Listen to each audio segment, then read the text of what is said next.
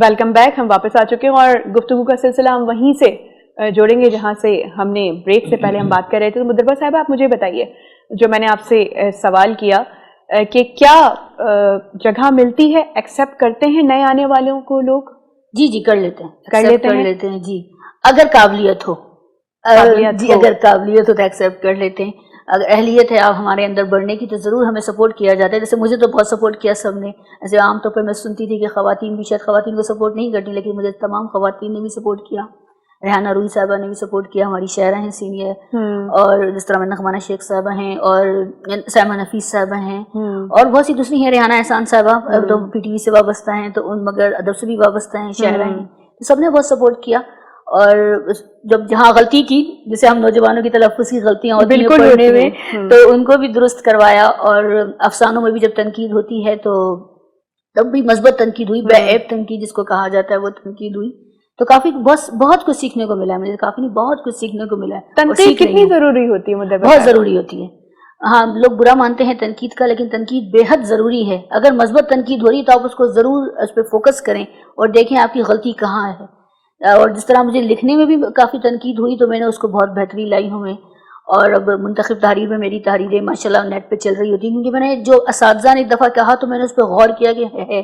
اب وی لاگ پہ بھی اب ہمارے ایک استاد نے دیکھے ہیں, جامعہ کراچی کے استاد نے ہمارے دیکھی, انہوں نے غلطی نکالی ہے. اب اتنے 2 سال سے میں کری تھی, کسی نے وہ غلطی نہیں نکالی تھی. انہوں نے پکڑ لیا, انہوں نے دیکھے. استاد تو پھر استاد ماشاءاللہ, وہ بھی حالانکہ وہ 80 برس کے ہو چکے ہیں. مجھے لگتا تھا شاید وہ نہیں دیکھ سکیں گے غلطی, لیکن انہوں نے دیکھی. انہوں نے مجھے فون کیا. میں نے کہا جی سر آپ کے تو فون آیا, جب ان کہتے ہیں مصروف ہوتے ہیں ان کا بہت کم فون آتا ہے, تو میں نے کہا سر آپ نے مجھے فون کیا, خیریت؟ لیکن یہ غلطی ہو رہی تھی, میں تمہارا وی لاگ دیکھ رہا تھا. میں نے کہا اچھا, تو میں نے اس غلطی کو سدھاروں گی, میں اگلے وی لاگ میں وہ غلطی نہیں ہوگی.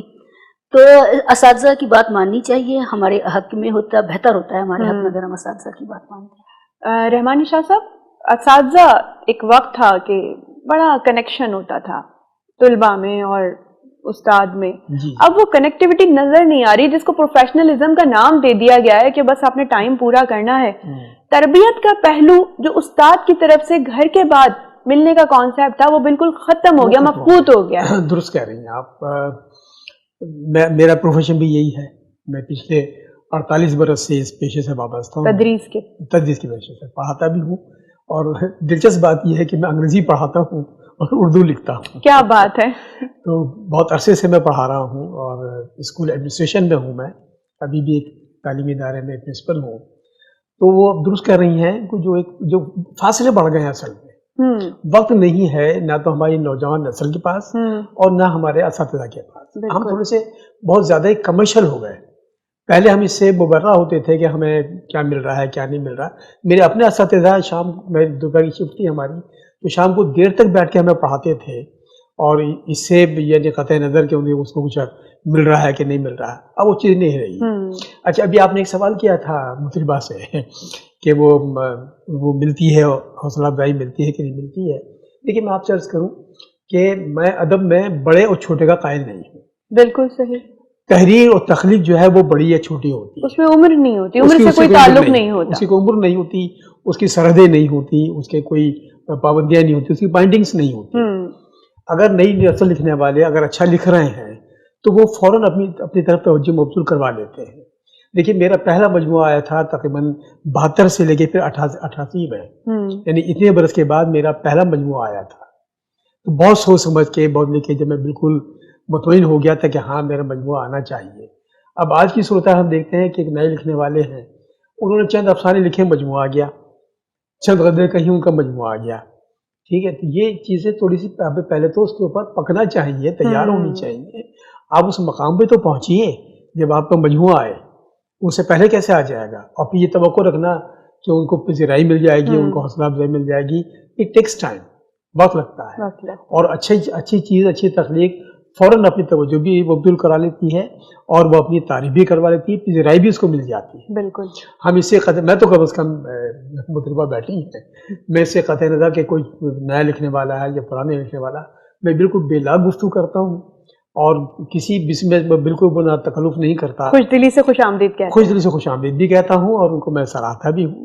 اور اگر اچھائیاں ہیں تو اچھائی اس کی نشاندہی کرتا ہوں, اگر خامیاں ہیں تو اس کی نشاندہی کر دیتا ہوں. کیونکہ ہماری تربیت بھی ایسی ہوئی ہے, ہم نے بھی بہت سیکھا, تب ہم اپنے آپ کو اس قابل کہتے ہیں کہ جی میں نے دیکھیں 50 برس سے لکھ رہا ہوں, تو اب میرا نوٹس لیا گیا ہے.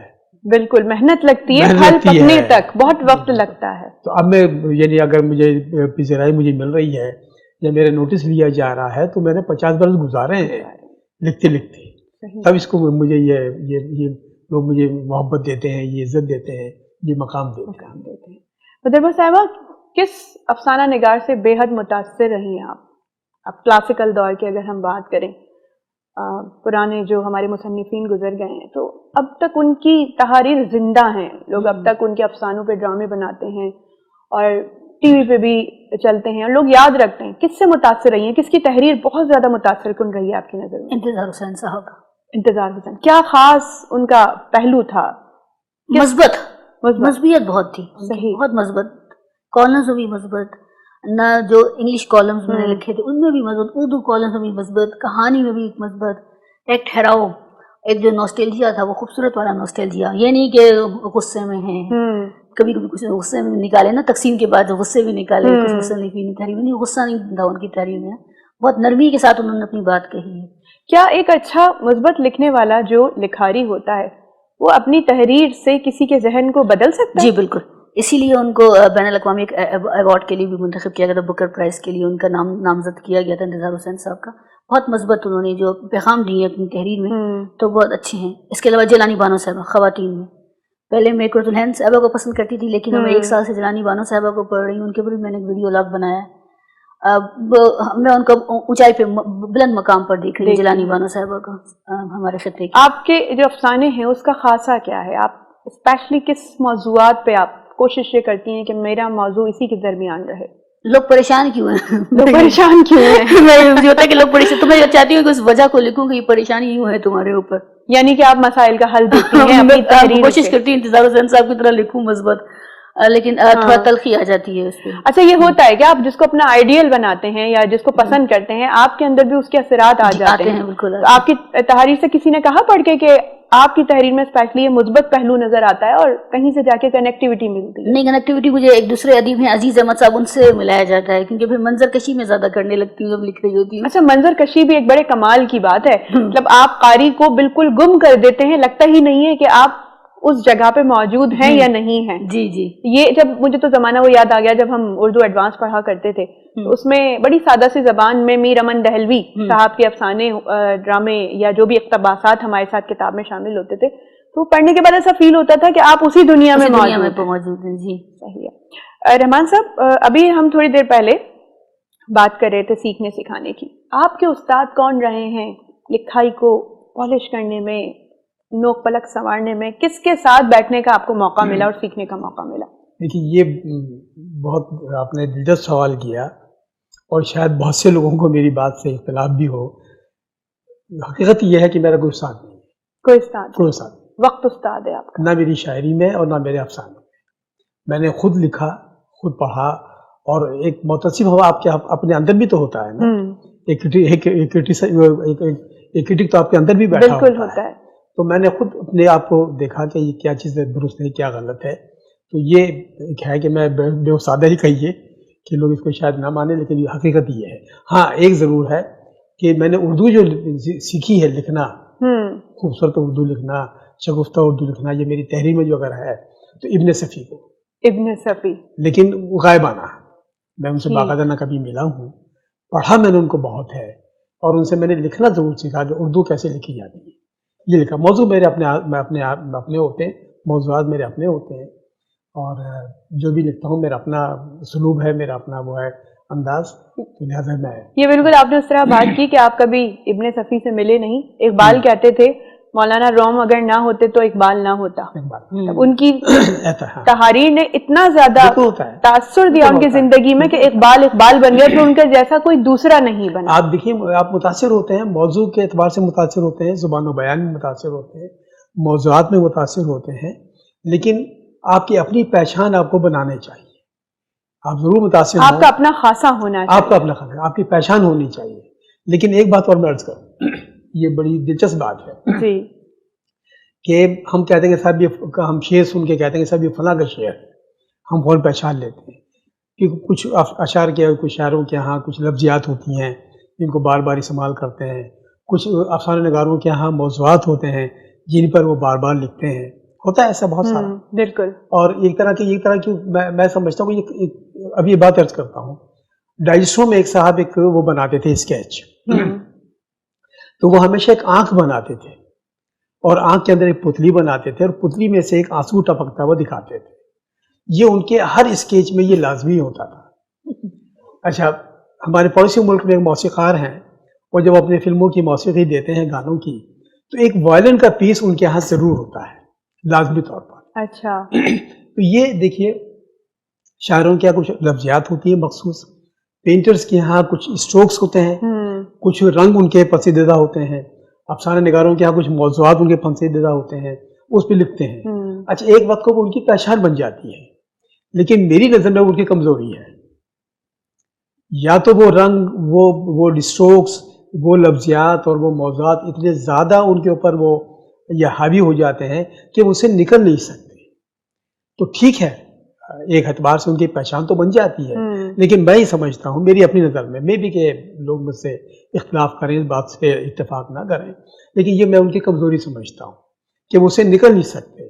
پھر ہم کیا کرتے ہیں، میں اس کو کہتا ہوں کہ صاحب یہ یک موضوعی افسانہ نگار ہے، اس موضوع سے ہٹ ہی نہیں رہا، مختلف انداز سے وہ ایک ہی موضوع کو لیے چلا جا رہا. دیکھیے موضوعات تو بکھرے پڑے ہیں، ٹھیک ہے نا، اسلوب بھی.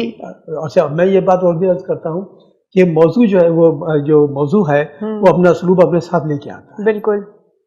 کوئی مخصوص دیکھیے افسانے میں کوئی فارمولا نہیں ہے کہ ہم اس طرح لکھیں گے، ہم اس طرح لکھیں گے، اس طرح لکھیں گے، یہ زبان و بیان ہوگی، یہ ہمارا اسلوب ہوگا. یہ ہو نہیں سکتا، کیونکہ موضوع اپنے اعتبار کے اعتبار سے موضوع اپنا، یہ جو موضوع ہے اپنے اسلوب خود بخود اختیار کرے.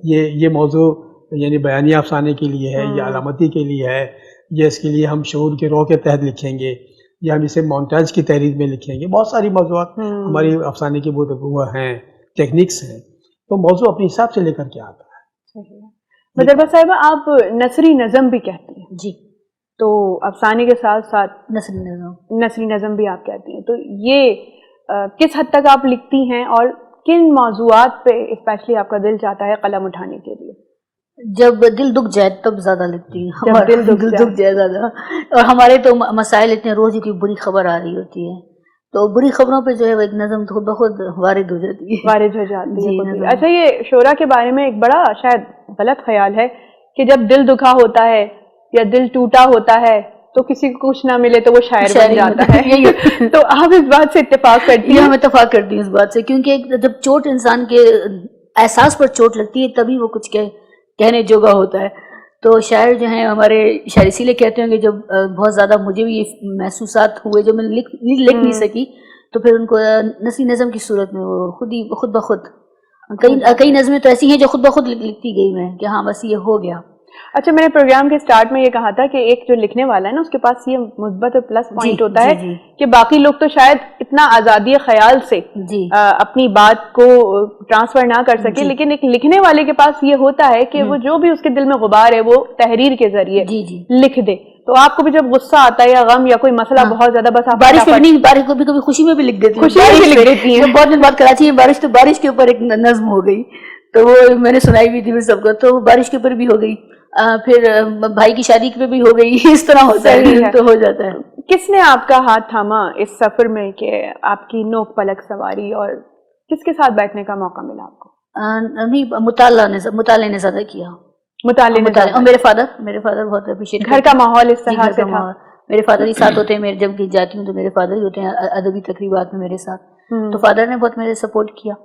اور پھر اب ہلکا جب سے وابستہ ہوئی تو یہاں بھی سپورٹ ملی، اور جو مسلسل جو سپورٹ ملتی ہے وہ مطالعے سے ملتی ہے. کتابیں آپ کو بہت پالش کر دیتی ہیں، میرے خیال میں آپ کو کسی اور کی ضرورت پیش نہیں آتی. بالکل. خاص طور بین الاقوامی ادب ہم پڑھتے ہیں جب، انگلش ادب اور روسی ادب، تو روسی ادب اور انگلش ادب دونوں زبردست ہیں. پومز بھی بہت زبردست ہیں. ٹینیسن مجھے پسند ہے. اچھا، افسانہ، آپ دونوں ہی افسانہ نگار ہیں. بیسیکلی افسانہ مغرب کی جانب سے ہی آیا ہے. جی، شارٹ اسٹوری. یہ ہمارے پاس پہلے نہیں ہوتا تھا. جی. تو اب ٹائم کو بچانے کے لیے لوگ افسانے لکھتے ہیں. اچھا، اس بات کو میں یہیں سے جاری رکھوں گی. بس ابھی چھوٹا سا بریک ہے، ہم بریک کے پیچھے ہو کے آتے ہیں، پھر گفتگو کا سلسلہ جاری رکھیں گے. کہیں بھی نہیں جائیے گا، ابھی ہم واپس آتے ہیں چھوٹے سے بریک کے بعد.